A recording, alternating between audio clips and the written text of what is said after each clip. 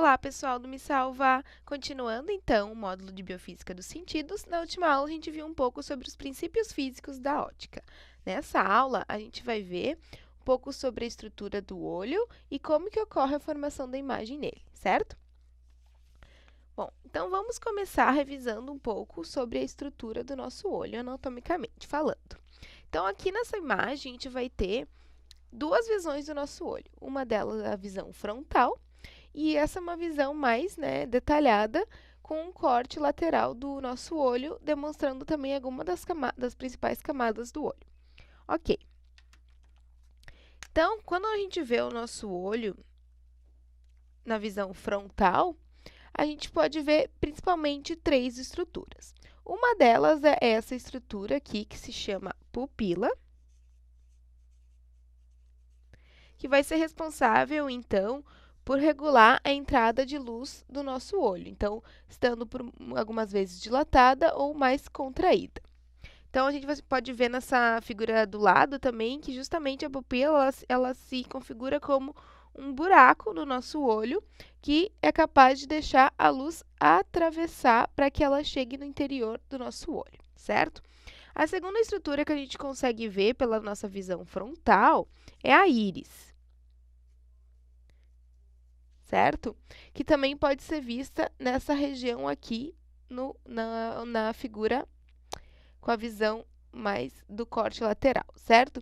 A íris, então, é aquela região colorida do nosso olho, e a íris, ela vai ser responsável justamente por regular o tamanho da pupila. Então, vai ser através da contração ou relaxamento da íris que o tamanho do diâmetro pupilar vai aumentar ou diminuir.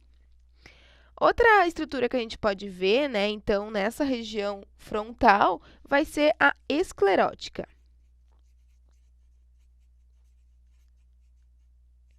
Ou então, a esclera, que é essa região branquinha do nosso olho, que é a primeira camada do olho que vai recobrir o olho todo por fora e vai ser principalmente responsável por manter a forma do olho, certo? Então, vamos passar para essa outra figura, com mais detalhes. Nós temos nessa região aqui os músculos oculares, que vão ser responsáveis, então, pelos movimentos dos olhos. Nós temos três camadas principais no nosso olho, certo? Nós temos a esclerótica, que, como eu disse, vai ser responsável por manter a forma do olho. Nós vamos ter também o coroide, que é a segunda camada do olho, que aqui está representada em laranja. E o coroide vai ser responsável, então, por ser aquele epitélio vascular, então, vai ser responsável pela nutrição do nosso olho. E nós temos a camada mais interna, que aqui está representada por vermelho, que é a retina. A retina, então, vai ser a camada nervosa e vai ser justamente o epitélio onde vão se encontrar os fotorreceptores, né? Os fotorreceptores são aqueles receptores que vão ser responsáveis por transformar a informação da luz em informação nervosa para o nosso sistema nervoso central, então, entender o que a gente está olhando, certo? Então, o nosso olho ele vai ser dividido em duas câmaras, basicamente, 2 a 3 câmaras. Então, nós temos a câmara anterior e a câmara posterior. E o nosso olho, ele é todo preenchido por uma série de líquidos que vão ser responsáveis, além de também manter a forma, lubrificar e hidratar o nosso olho, certo? Na câmara anterior, a gente vai ter, então, um líquido que se chama humor aquoso. E a nossa câmara posterior, ela vai ser recoberta, então, por um líquido chamado humor vítreo, certo? Esses líquidos, por serem líquidos, também acabam sendo superfícies refrativas no nosso olho. Ok, agora vamos pensar em mais algumas estruturas que são bem importantes para entender o processo de visão. Logo após a câmara anterior, nós vamos ter aqui a íris e a pupila por onde vai passar a luz. Logo atrás da pupila, nós vamos ter uma estrutura que se chama cristalino.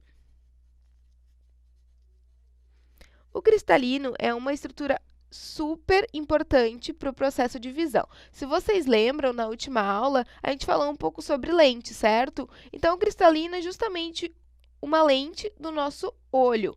Vai ser ele o responsável, então, por fazer a refração da luz que vai entrar pela pupila e, então, refratar esses raios de luz para que eles acabem sendo focalizados em um ponto. E qual seria esse ponto principal no olho? Seria uma região que é denominada fóvea. A fóvea é a região onde tem maior acuidade visual, onde a visão é melhor e onde vai ser principalmente realizada a transdução do sinal com uma melhor qualidade, não que não seja feito por todo o epitélio, mas é a região com melhor qualidade, melhor acuidade visual. Bom, esse cristalino, junto a ele, vão estar adjacentes a ele, grudados a ele, alguns músculos que são denominados músculos ciliares. Esses pequenos músculos, eles vão ser responsáveis, então, por deformar o cristalino para que a gente consiga ver, acomodar a nossa visão e consiga ver tanto objetos de perto quanto objetos mais distantes, certo? Além disso, nós temos também o nosso olho, ele precisa ser nutrido e nós temos, então, pequenas arteríolas e vênulas. Certo? Então, essas são as principais estruturas do olho que são necessárias, então, para o processo de visão e para manter a qualidade do olho e toda a homeostase ocular, certo? Bom, então vamos pensar agora, depois que a gente viu mais ou menos como é que revisou um pouco sobre a estrutura do nosso olho, mas lembrando aqui mais uma região que eu deixei passar, que é muito importante. O nosso olho, ele possui um ponto cego. O que seria esse ponto cego? Que se localiza nessa região. O ponto cego justamente é a região por onde vai sair o nervo óptico. Então, por onde todos os neurônios que estão na retina vão se juntar, os axônios desses neurônios, e vão formar o nervo óptico, por onde vai sair o nervo óptico e vai levar toda a informação para o sistema nervoso central. Então, essa é a região onde não há transdução de sinal e é denominada ponto cego, certo?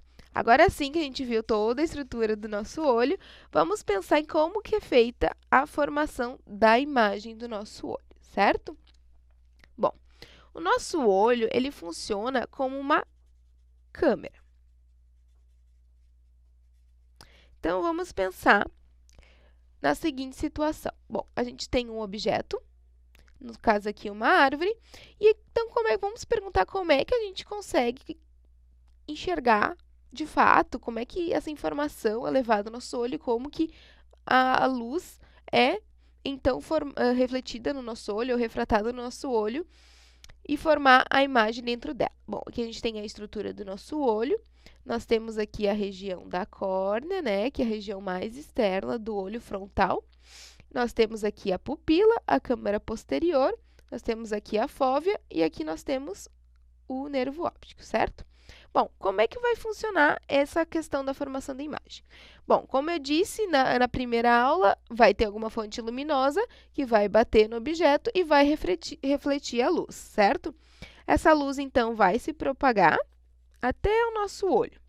A luz, então, ela vai passar por essa região, vai passar pela nossa córnea, que é uma região transparente do olho, que recobre a parte anterior do nosso olho, vai passar pela pupila, que não está bem representada aqui, mas, no caso, se encontra nessa região anterior ao cristalino, e vai passar pelo cristalino. Cristalino, então, ele vai ser uma superfície refrativa. Então, ele vai pegar aqueles raios de luz que estão vindo, né, na direção do cristalino e vai refratá-los para focalizar nesse ponto principal aqui, que é a fóvea. Bom, a imagem no nosso olho, ela acaba se formando dentro dele invertida, certo? Tá, mas por que a gente não enxerga tudo invertido?